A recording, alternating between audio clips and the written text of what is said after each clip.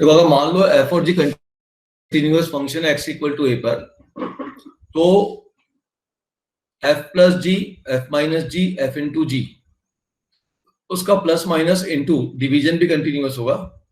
Function को किसी constant से मल्टीप्लाई करो वो भी कंटिन्यूअस होगा। फंक्शन की पावर में कुछ फ्रैक्शन ले लोगे 1/2, 1/3, स्क्वायर रूट, क्यूब रूट, वो भी कंटिन्यूअस होगा। और एक और चीज जोड़ दूं कि अगर आपके पास एफ कंटिन्यूअस है तो उसका मॉड भी कंटिन्यूअस होगा। एफ कंटिन्यूअस है तो मॉड भी कंटिन्यूअस होगा। अब इस पूरे रिजल्ट को मैंने यहाँ पे चार्ट वाइज लिखा हुआ है कि एफ और जी कंटिन्यूअस है इन देयर कॉमन डोमेन। जो फंक्शन है एफ और जी उसका कॉमन डोमेन में दोनों कंटिन्यूअस है। ठीक है ना। मान लो एक आपका रियल नंबर के लिए कंटिन्यूअस है और एक आपका रियल पॉजिटिव के लिए कंटिन्यूअस है, तो कॉमन डोमेन क्या हो गया? Real positive. अब एफ कंटिन्यूअस है, जी भी कंटिन्यूअस है, उसका प्लस माइनस भी कंटिन्यूअस होगा और इनटू डिवीजन भी कंटिन्यूअस होगा। इनटू के साथ डिवीजन भी लगा दो, डिवीजन लगा नहीं है उसमें, इनटू डिवीजन भी कंटिन्यूअस होगा। ठीक है। और बाकी और भी जो मैंने केस रखे वो भी कंटिन्यूअस होगा। तो दो कंटिन्यूअस फंक्शन का सम कंटिन्यूअस होता है। ठीक है। जैसे आपसे कोई कहे कि भाई F X is equal to sine X plus cos X है, अब बताओ भाई ये कंटिन्यूअस है या नहीं। तो पहले बोलोगे भाई इसका कॉमन डोमेन क्या है। दूसरा तो कॉमन डोमेन आपके पास हो जाएगा एफ का ऑल रियल नंबर। अब साइन पूरे रियल नंबर के लिए कंटिन्यूअस होता है, कॉस भी पूरे रियल नंबर के लिए कंटिन्यूअस होता है। इसीलिए ये जो फंक्शन होगा, क्योंकि दो कंटिन्यूअस फंक्शन का सम है, तो जो फंक्शन होगा ये भी आपका पूरे रियल नंबर के लिए कंटिन्यूअस रहेगा। अगर माइनस आ जाए तो भी कोई दिक्कत नहीं है, अगर इनटू आ जाए तो भी सेम रिजल्ट है, अगर डिवीजन आ जाए तो भी सेम रिजल्ट है, बस cos x 0 नहीं होना चाहिए। ठीक है। तो भी कंटिन्यूअस होगा for all real number, continuous होगा पूरे रियल नंबर के लिए, क्या होगा? कंटिन्यूअस होगा। ठीक है। ओके। अब एक बच्चा बोले सर इस पे मॉड लग जाए तो भी दिक्कत नहीं है, क्योंकि अंदर वाला फंक्शन कंटिन्यूअस है तो मॉड ऑफ दिस फंक्शन भी कंटिन्यूअस होगा। क्लियर होगी बात? ठीक है। कोई बोले सर इसका अंडर रूट आ जाए तो भी कोई दिक्कत नहीं है। ठीक है। अंडर रूट फंक्शन आपका कॉमन डोमेन में कंटिन्यूअस होगा, ध्यान रख लेना इसका। तो जहां जहां साइन नेगेटिव होगा, अगर वहां कॉस कुछ पॉजिटिव वैल्यू देगा तो ही हो पाएगा। ठीक है। अंडर रूट के अंदर तो वो डोमेन देखना पड़ेगा, फिलहाल डोमेन निकालना पड़ेगा उसके लिए। फिर किस रेंज में जैसे मान लो आपसे कोई बोल दे कि F X equal to root sine X है, तो साइन एक्स तो ऑल रियल नंबर के लिए कंटिन्यूअस है, क्या रूट साइन एक्स पूरे रियल नंबर के लिए कंटिन्यूअस है? बोलो। तो रूट साइन एक्स का अगर आप ग्राफ देखोगे तो रूट साइन एक्स का ग्राफ कैसा बनेगा? इस प्रकार का बनेगा, ये सॉरी इस प्रकार का बनेगा, यू यू बनेगा। फिर 0 से पाई तक तो पॉजिटिव है, पाई से 2 पाई तक नेगेटिव है, ये रूट साइन एक्स ग्राफ ही नहीं बनेगा। तो यहां बनेगा, इधर तो कंटिन्यूअस है, यहां तो ग्राफ ही नहीं है। तो जो जहां पे जो उसके डोमेन है उसके डोमेन में कंटिन्यूअस है। रूट साइन एक्स के डोमेन में 0 से 2 पाई नहीं आएगा, समझ रहे हो मेरी बात? तो यहाँ पे साइन नेगेटिव है, तो जो इसका डोमेन है अपने डोमेन में रूट साइन एक्स भी कंटिन्यूअस होगा। ठीक है। तो उस चीज का थोड़ा सा ध्यान रखना पड़ेगा आपको। अच्छा, अब दूसरी बात देखो, पहली बात में तो कोई दिक्कत नहीं है, बड़े काम की चीज है और इजी है। दूसरी बात, अगर एक फंक्शन कंटिन्यूअस है और एक डिसकंटिन्यूअस है, एक फंक्शन कंटिन्यूअस है और दूसरा फंक्शन क्या है? डिसकंटिन्यूअस है, तो उसका प्लस माइनस, उसका क्या? प्लस और माइनस। ठीक है ना। तो उसका प्लस माइनस डिसकंटिन्यूअस होगा। उसका एक कंटिन्यूअस और एक डिसकंटिन्यूअस है तो उसका प्लस और माइनस डेफिनेटली डिसकंटिन्यूअस होगा, ये हमेशा रहेगा। लेकिन उसका इनटू डिवीजन कंटिन्यूअस भी हो सकता है, डिसकंटिन्यूअस भी हो सकता है। उसका इनटू डिवीजन कंटिन्यूअस भी हो सकता है और डिसकंटिन्यूअस भी हो सकता है। जैसे जैसे मैंने कहा कि छोटा कैसे हो गया यार? जैसे मैंने कहा, मान लीजिए कि मेरे पास ऐसा आ जाए, एक फंक्शन है एक्स कंटिन्यूअस है, एक फंक्शन है ग्रेटेस्ट इंटीजर एक्स डिसकंटिन्यूअस है। इसका प्लस किया तो x plus greatest integer x क्या हो गया? डिसकंटिन्यूअस हो गया। या इसका माइनस करूंगा तो भी डिसकंटिन्यूअस हो जाएगा। लेकिन जब मैं इसका प्रोडक्ट करूंगा हो सकता है कि फंक्शन कंटिन्यूअस भी हो जाए। जैसे मैंने x into greatest into x लिखा, ठीक है, तो एट x इक्वल टू 0 ये कंटिन्यूअस, एक जगह तो है कंटिन्यूअस। तो ये पॉसिबिलिटी है कि दो फंक्शन अगर कंटिन्यूअस है, एक कंटिन्यूअस एक डिसकंटिन्यूअस है, तो उसका प्रोडक्ट जो है वो कंटिन्यूअस हो जाए। जैसे एक और एग्जांपल लेता हूं, दूसरा एग्जांपल लेता हूं। जैसे मान लीजिए मैंने कहा कि एक फंक्शन x है और एक फंक्शन 1/x है, ये कंटिन्यूअस है, ये 0 पे डिसकंटिन्यूअस है। दोनों का सम करूंगा तो देख लो x प्लस माइनस 1/x ये डिसकंटिन्यूअस है, कोई दिक्कत नहीं है उसमें। जब दोनों का प्रोडक्ट करूंगा x इंटू 1/x, जैसे ही प्रोडक्ट करूंगा दोनों का, ये कट के 1 देगा, ये कंटिन्यूअस है। या दोनों का डिवीजन करूंगा x डिवाइडेड बाय 1/x, ये ऊपर जाके x स्क्वायर होगा, ये कंटिन्यूअस है। तो इस प्रकार की बातें होती रहती हैं, इसलिए बहुत कॉशियसली अपने को डिसीजन लेना होता है। तो अगर एक कंटिन्यूअस है और एक डिसकंटिन्यूअस है, तो उसका प्लस और माइनस डेफिनेटली डिसकंटिन्यूअस है, इसमें कोई डाउट ही नहीं है। दो कंटिन्यूअस का sum discontinuous plus minus into division भी डिसकंटिन्यूअस, सॉरी कंटिन्यूअस है, कोई डाउट नहीं है। एक कंटिन्यूअस एक डिसकंटिन्यूअस, उसका प्लस माइनस डेफिनेटली डिसकंटिन्यूअस, कोई डाउट नहीं है। लेकिन इंटू डिवीजन कंटिन्यूअस भी हो सकता है, डिसकंटिन्यूअस भी हो सकता है, ये डाउटफुल है। अब आ जाइए अगली बात पे। अगर एफ भी डिसकंटिन्यूअस है, जी भी डिसकंटिन्यूअस है, दोनों डिसकंटिन्यूअस है, तो भाई साहब ये प्लस माइनस भी कुछ भी हो सकता है और इंटू डिवीजन भी कुछ भी हो सकता है। प्लस माइनस में ध्यान रखिएगा कि यहां एक शब्द और लिख लीजिए, एटमोस्ट। दोनों डिसकंटिन्यूअस है तो यहां पे एक शब्द और लिखना है, एटमोस्ट वन में बी कंटिन्यूअस।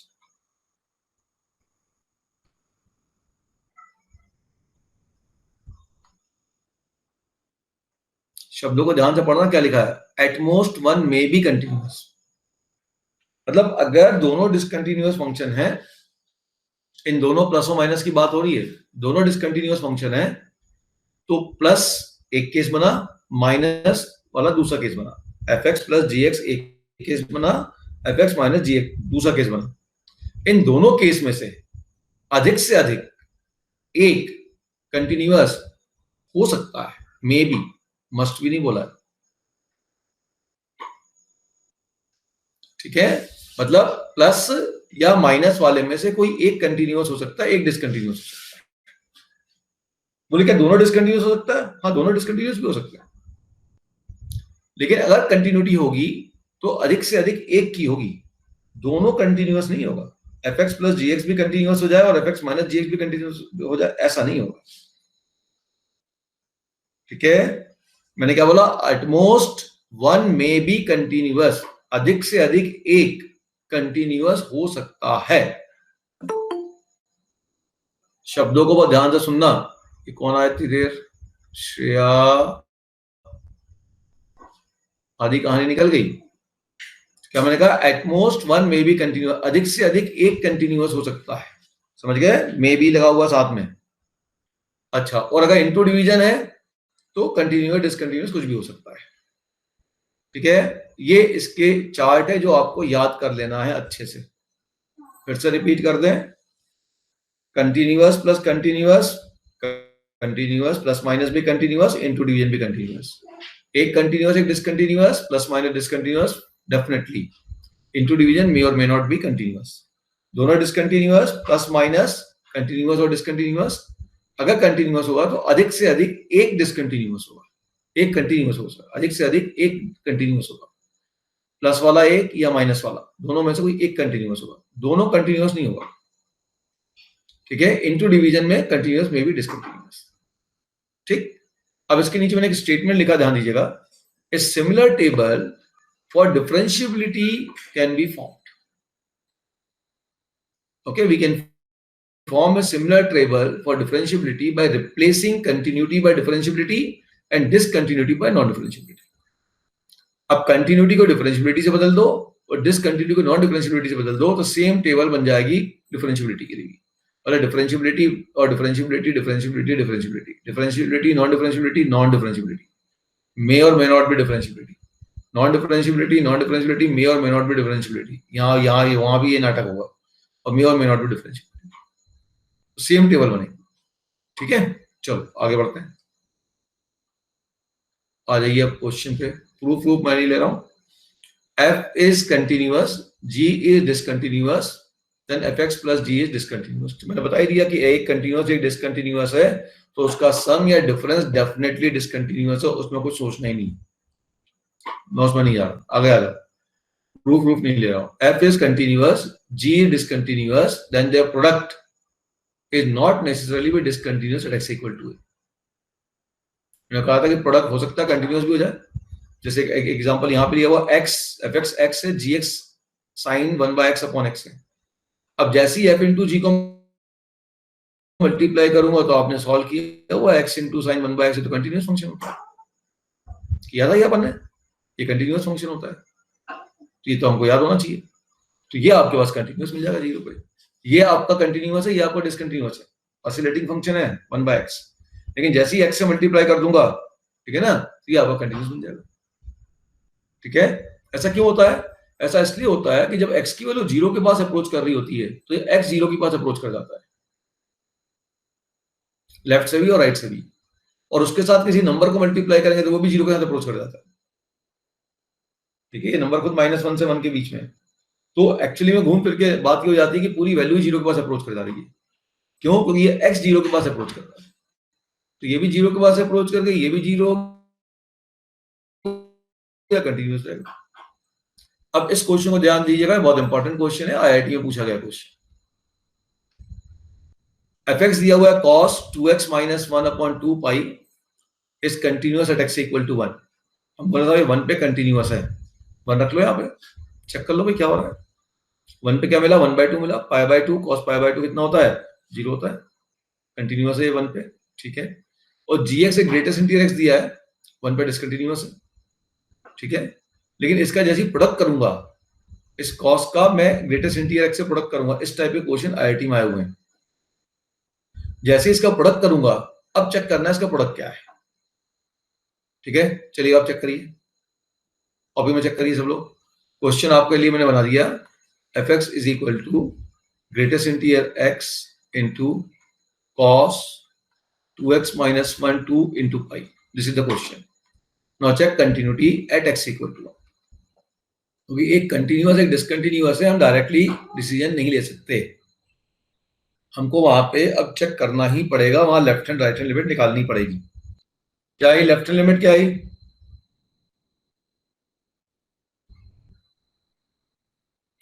लेफ्ट में क्या करोगे? Limit x tends to 1 minus fx निकालोगे ना।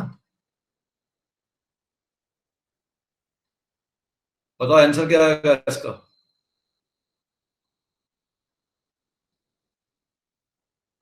1 माइनस मतलब 1 से छोटा, रख लो भैया 0.999, यहां रख दो ग्रेटेस्ट इंटीरियर में 0.999, क्या मिलेगा ग्रेटेस्ट इंटीरियर 0.999 का। बाकी कॉस वॉस जो भी लिखना लिखते रहो तुम, तो यहाँ पे कोई दिक्कत नहीं है, इनटू पाई 0 हो गया, 0 लिमिट। राइट हैंड लिमिट निकालो, limit x tends to 1 plus fx। अब यहां पे आप 1.001 रखोगे तो काम नहीं बनेगा, तो पूरी प्रोसीजर सॉल्व कर दो। Limit h tends to 0 f of 1 plus h लगा दो, करो निकालो लिमिट, ये भी 0 आ गया। देखते हैं, लिमिट h टेंड्स टू 0, अब पूरा वर्कआउट कर रहा हूं, 1 प्लस h तो 1 हो जाएगा, जो भी काम करेगा अब ये करेगा, कॉस ब्रैकेट में 2 into 1 plus h minus 1/2 into pi, ये तो 1 बन गया, हो गया limit h tends to 0 greatest integer 1 plus h 1 हो गया, कॉस ब्रैकेट ओपन कर दो इंटू पाई ब्रैकेट ओपन करो, तो गया 2 माइनस 1 तो 1 प्लस 0 1 प्लस 2 इंटू 0 अपॉन 2, ये तो π/2 हो गया, फिर ये 0। तो इसका मतलब देखो ध्यान से कि एक फंक्शन कंटिन्यूअस था और एक फंक्शन डिसकंटिन्यूअस था, लेकिन 1 पे हमने देखा कि 1 पे ये दोनों का क्या हो गया, दोनों फंक्शन क्या हो गया, प्रोडक्ट इनका कंटिन्यूअस हो गया। तो ये हो सकता है कि एक फंक्शन कंटिन्यूअस हो एक फंक्शन डिसकंटिन्यूअस हो, लेकिन उसका प्रोडक्ट क्या हो जाए, कंटिन्यूअस हो, ये पॉसिबल है। ठीक है ना, यही पॉसिबल है कि डिसकंटिन्यूअस हो जाए, वो तो होता ही है। ठीक, अगली बात देखो, F X and G X दोनों डिसकंटिन्यूअस है ए पर, तो उसका product is not necessarily discontinuous at X equal to, मतलब कंटिन्यूअस भी हो सकता है। जैसे एक हमने एग्जांपल लिया F X equal to 1 when X is greater than equal to 0, -1 when X is less than 0। इसी डेफिनेशन को उल्टा लिख दिया। अब जैसे ही दोनों को मल्टीप्लाई करूंगा तो 1 इंटू -1 देगा, -1 इंटू 1 वो भी -1 देगा। ये 0 से बड़े के लिए, 0 छोटे के लिए, तो ऑल रियल नंबर के लिए -1 मिल गया, है ना। तो जहां पे डेफिनेशन चेंज हो रही थी वहां पर डिसकंटिन्यूअस कंटिन्यूअस हुई है।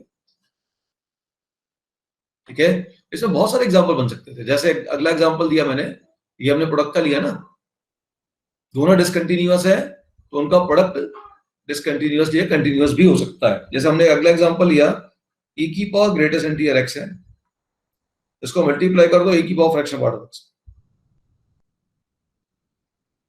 e की power greatest integer discontinuous function है, e की power fraction part of x भी डिसकंटिन्यूअस फंक्शन है। ठीक है, क्लियर। अब जब जैसे ही दोनों को मल्टीप्लाई करूंगा तो क्या मिलेगा, ध्यान से देखो क्या मिलेगा। e की पावर क्या हो जाएगा, greatest integer x plus fraction part of x, और ये होता है x हो गया e की पावर x जो कि कंटिन्यूअस। तो दो डिसकंटिन्यूअस फंक्शन का प्रोडक्ट कंटिन्यूअस भी हो सकता है।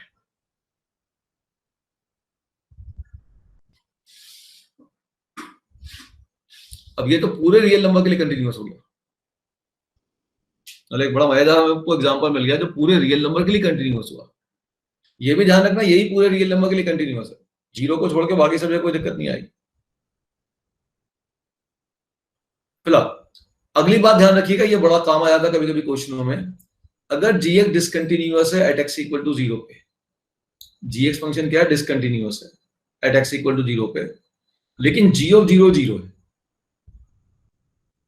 ठीक है, मतलब आप ये समझ लो कि एक एच एक्स एक प्रोडक्ट दिया एफ एक्स इंटू जी एक्स, आप ये समझ लो दो फंक्शन का अगर प्रोडक्ट है, सिंपल सी बात, दिमाग में नहीं खर्च करना, दो फंक्शन का अगर प्रोडक्ट है और उसमें एक फंक्शन 0 पे 0 बन रहा है, उसमें एक फंक्शन क्या बन रहा है, 0 पे 0 बन रहा है, तो पूरा प्रोडक्ट ही 0 हो जाएगा। ठीक है, पूरा प्रोडक्ट ही 0 हो जाएगा, इसलिए पूरा फंक्शन भी आपका कंटिन्यूअस हो जाएगा। पहली बात, तो अगर एक फंक्शन 0 बन गया, एक फंक्शन की वैल्यू ही 0 बन गई, ओके, ठीक है, भले ये डिसकंटिन्यूअस हो उससे कोई मतलब नहीं, कंटिन्यूअस हो उससे कोई मतलब नहीं। अभी तो हमारे पास अगर फंक्शन की वैल्यू 0 बन जा रही है तो फिर तो हमारे पास पूरा रिजल्ट 0 बन जाएगा, एग्जैक्ट 0 बन रही है, ये वैल्यू है 0, ये लिमिट 0 नहीं है, ये वैल्यू है, वैल्यू है इसका मतलब ये एग्जैक्ट 0 है। अब 0 इंटू कुछ भी मल्टीप्लाई करोगे 0 ही आएगा। कभी कभी ये भी बहुत इंपॉर्टेंट कॉन्सेप्ट है जिस पर आईआईटी पे क्वेश्चन आए हुए। क्या लिखा है ध्यान से देखो, इसमें दो प्रकार के फंक्शन लगे हुए हैं। एक ये मॉड है, मॉड के अंदर 1 माइनस एक्स एक फंक्शन है, फिर एक मॉड एक्स फंक्शन है और फिर उस पर मॉड लगा हुआ है। 1 माइनस एक्स पोलिनोमियल है, हर जगह कंटिन्यूअस, मॉड एक्स हर जगह कंटिन्यूअस, फिर से मॉड लगा लिए कंटिन्यूअस, कुछ नहीं करना। इसका बताओ, फर्स्ट ए तो खत्म हो गया, बी बोलो।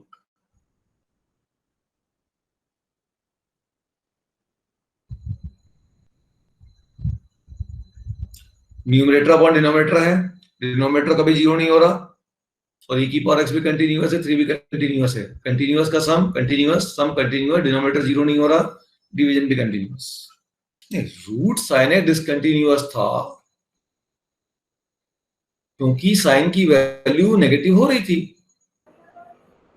रूट में नेगेटिव वैल्यू अलाउड नहीं था, तो उसमें गैप आ जा रहा था। डोमेन में कंटिन्यू, तो ध्यान रखना रूट साइन एक्स अपने डोमेन में कंटिन्यूअस था। हाँ सर, हाँ सर, हाँ हाँ, ये तो कंटिन्यूअस होगा। अब इसको देखो तो इसका वैल्यू नेगेटिव आएगा ही नहीं। इससे वो देखा नहीं इसलिए थोड़ा देखो ध्यान से बेटा, 2 sin x प्लस 3, इसकी वैल्यू 1 से 5 के बीच में जा रही है, नेगेटिव हो ही नहीं रही है, तो जो कंफ्यूजन वाला मामला था वो भी खत्म, कंटिन्यूअस। इसको ऐसा भी सोच सकते थे, साइन कंटिन्यूअस फंक्शन है, 2 कांस्टेंट से मल्टीप्लाई किया तो भी कंटिन्यूअस हो गया, प्लस 3 जोड़ा ये भी कंटिन्यूअस है, और रूट लेने पे अगर अंदर का फंक्शन कंटिन्यूअस है तो अंदर का फंक्शन कंटिन्यूअस है तो रूट लेने पे फंक्शन कंटिन्यूअस रहेगा। ठीक है, तो आप ऐसे भी सोच सकते थे। सिग्नम, ये कैसा फंक्शन है सिग्नम एक्स, ये डिसकंटिन्यूअस फंक्शन है, ये कैसा है? कंटिन्यूअस फंक्शन है। एक डिसकंटिन्यूअस एक कंटिन्यूअस का सम डेफिनेटली डिसकंटिन्यूअस हो। भाई दो बातें तो बिल्कुल क्लियर है, दोनों फंक्शन कंटिन्यूअस तो उनका plus minus into division continuous.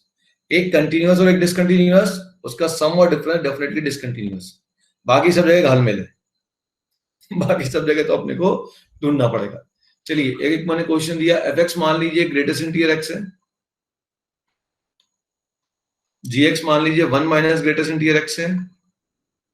अब बताइए एफ एक्स प्लस जी एक्स क्या होगा और एफ एक्स माइनस जी एक्स क्या होगा। यहां तो मैंने फंक्शन ही दे दिया, कुछ बचा ही नहीं, दोनों को जोड़ दो ना। जैसे ही आपने दोनों को ऐड किया घट गया एक, तो वन ही बचा, तो कंटिन्यूअस। और जैसे ही सब्ट्रैक्ट किया तो 2 ग्रेटेस्ट इंटीजर एक्स माइनस 1 बचा, डिसकंटिन्यूअस।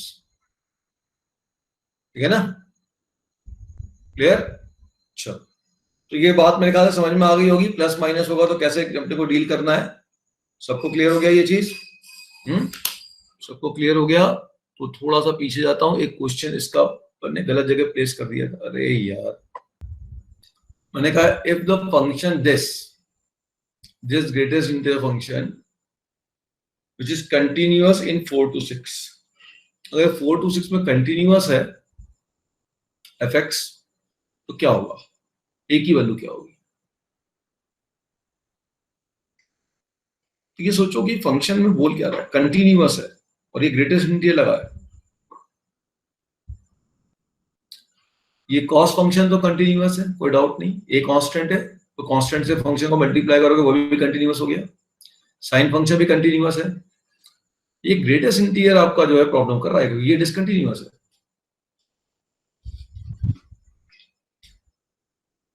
और हम कह रहे हैं कि फंक्शन हमारा कंटिन्यूअस है। देखो ये cos x माइनस 2 ये भी कंटिन्यूअस है, ये भी कंटिन्यूअस है। अब ये इंटीजर नहीं होना चाहिए तो वैसे तो आप निकाल नहीं पाओगे ए की वैल्यू। हाँ तो वीडियो जारी जान दो, कोई दिक्कत। देखो हाँ ठीक, ये कंटिन्यूअस है, ये भी कंटिन्यूअस है। अब अगर ये ग्रेटेस्ट इंटीजर के अंदर की वैल्यू दो इंटीजर के बीच में, तब तो कोई दिक्कत नहीं है। दो कौन से इंटीजर, उसको तो इनफिनिट केसेस है, तो उसकी बजाय हम कहेंगे कि ग्रेटेस्ट इंटीजर को 0 होना चाहिए। तो F X is continuous if and only if this greatest integer function is 0 for every x belong to 4 to 6. x अगर 4 से 6 में होगा तो उस पर ग्रेटेस्ट इंटीजर 0 होना चाहिए। तो x आपका जो है 4 to 6 हो गया। अब मुझे a की वैल्यू पे डिसाइड करना है, a की वैल्यू क्या होनी चाहिए। तो मैं न्यूमरेटर की वैल्यू निकालता हूं, कहां से कहां तक जाएगी, फिर मैं a की वैल्यू डिसाइड करूंगा। ठीक है, ओके। x की वैल्यू चलेगी 4 to 6, ध्यान दो ध्यान से। तो x माइनस 2 कहां चला गया, तो x माइनस 2 चला गया 2 से 4, इसका होल क्यूब कर दो, तो x माइनस 2 का होल क्यूब चले जाएगा कितना, बोलो 8 से 64। तो न्यूमरेटर की वैल्यू 8 से 64 के बीच में होगी। तो बताओ a की वैल्यू क्या लूं, a की वैल्यू में क्या लूं जिससे कि उस वैल्यू से इसको डिवाइड करने के बाद उसके अंदर की क्वांटिटी हमेशा 0 से 1 के बीच में आए। अगर अंदर की क्वांटिटी 0 से 1 के बीच में होगी, ठीक है ना, अंदर की क्वांटिटी अगर 0 से 1 के बीच में होगी तो ही आप कह सकते हो कि उसका ग्रेटेस्ट इंटीजर क्या होगा, 0 होगा। a की वैल्यू क्या ली जाए बच्चे, जिससे कि अंदर की क्वांटिटी जो है, सोच लो, a की वैल्यू क्या ली जाए जिससे कि इस टोटल जो वैल्यू आपकी इसकी जा रही है 8 से 64, ठीक है ना, ये 0 से 1 के बीच में आ जाए। तो नेचुरल सी बात है, अगर वैल्यू 0 से 1 के बीच में लाना, डिनोमिनेटर को न्यूमरेटर से बड़ा होना पड़ेगा। अगर डिनोमिनेटर न्यूमरेटर से बड़ा होगा तभी वैल्यू 1 से कम आएगी। क्लियर है भाई? इसकी वैल्यू फिक्स थोड़ी है, इसकी वैल्यू तो यहां से लेके इसके बीच में कुछ भी हो सकती है। मान लो इसकी वैल्यू 63 हो गई किसी एक्स के लिए, इसकी वैल्यू 63 हो गई, वो 63 जब ऊपर बन रही होगी तो वो भी तो आपका 0 बनना चाहिए, उसका भी ग्रेटेस्ट इंटीजर 0 बनना चाहिए। मतलब क्लियर है, इसकी मैक्सिमम वैल्यू जो आएगी उससे बड़ा होना चाहिए। अगर a को आप देखो 64 से बड़ा ले लोगे, मान लो इसकी x-2 की होल क्यूब की वैल्यू 64 हो गई, मान लो इसकी मैक्सिमम वैल्यू 64 हो गई, तो 64 अपॉन a का ग्रेटेस्ट इंटीजर 0 होना चाहिए। तो ऑब्वियस है 64 अपॉन a जो होगा, 64 अपॉन a आपका 0 से 1 के बीच में होना चाहिए। इसका मतलब 64 must be less than a, so a should be greater than 64। ऐसे भी सॉल्व कर सकते हो, लेकिन आपको ये एज्यूम करना पड़ेगा कि भाई इसकी सबसे हाईएस्ट वैल्यू पॉसिबल है, क्योंकि x की किसी वैल्यू के लिए ये 64 भी वैल्यू ले सकती है, और उस वैल्यू के लिए भी आपको इसको 0 होना चाहिए। ये 8 भी हो सकती है, 8 हो जाए, नीचे 64 है, कोई दिक्कत नहीं, 0 होगा ही होगा। समझ में आ गई बात? तो आंसर आ गया a must be greater than 64। Doubt? चलो आगे बढ़ो, नोट डाउन कर लो जल्दी। अच्छा क्वेश्चन है। पहली बात, अपन ये ना सोचे कि उसको इंटीजर होना, नॉन इंटीजर होना चाहिए। नॉन इंटीजर होने के लिए प्रॉब्लम ये है कि अब कौन सा दो इंटीजर के बीच में उसको होना चाहिए वो डिसाइड नहीं कर पाओगे। तो सीधा सीधा अगर वो ग्रेटेस्ट इंटीजर 0 ही हो जाए तो 0 इंटू साइन का फंक्शन पूरा खत्म, ठीक है ना? तो F X equal to A cos x-2 बचेगा, कोई दिक्कत नहीं है, कंटिन्यूअस है। भाई सिंपल सी बात समझो, ये जो न्यूमरेटर की वैल्यू जो है, ये न्यूमरेटर, ये आपका मैक्सिमम कहां तक जा सकता था? 64 तक। तो ये 64 अपॉन ए बन सकता था मैक्सिमम, क्योंकि इसकी वैल्यू 8 से 64 के बीच में है। अब 64 अपॉन ए का ग्रेटेस्ट इंटीजर 0 होना चाहिए, तो इसका मतलब ये 64 अपॉन ए 0 से 1 के बीच में होना चाहिए, तो 64 आपका ए से छोटा होना चाहिए, तो ए 64 से बड़ा होना चाहिए, सीधी सी बात है। Okay sir. ये ओके सर, न्यूमरेटर आपका 8 से 64 जा रहा है ना? यस तो सर। अगर इसको आप 64 से बड़ी वैल्यू से डिवाइड कर दोगे तो ये क्वांटिटी हमेशा आपकी 1 से छोटी आएगी, यस सर। तो उसका ग्रेटेस्ट ओके इंटीजर सर। 0 होगा। ये कॉन्सेप्ट क्लियर हो गया सभी को? वो आपको चार्ट याद रखना है कि कंटिन्यूअस प्लस कंटिन्यूअस, कंटिन्यूअस अगर दोनों फंक्शन कंटिन्यूअस है तो प्लस माइनस इंटू डिवीजन सब कंटिन्यूअस, एक कंटिन्यूअस एक डिसकंटिन्यूअस तो plus minus discontinuous definitely, into division के बारे में कुछ नहीं कह सकते, कुछ भी हो सकता है। दोनों discontinuous, plus minus into division कुछ भी हो सकता है। प्लस माइनस में ध्यान रखना है, एटमोस्ट वन में बी कंटिन्यूअस, दोनों कंटिन्यूअस नहीं होगा, अधिक से अधिक एक ही होगा अगर होगा तो। और ऐसा ही टेबल बन जाएगा डिफरेंशियबिलिटी के लिए, रटा होना चाहिए बिल्कुल ये।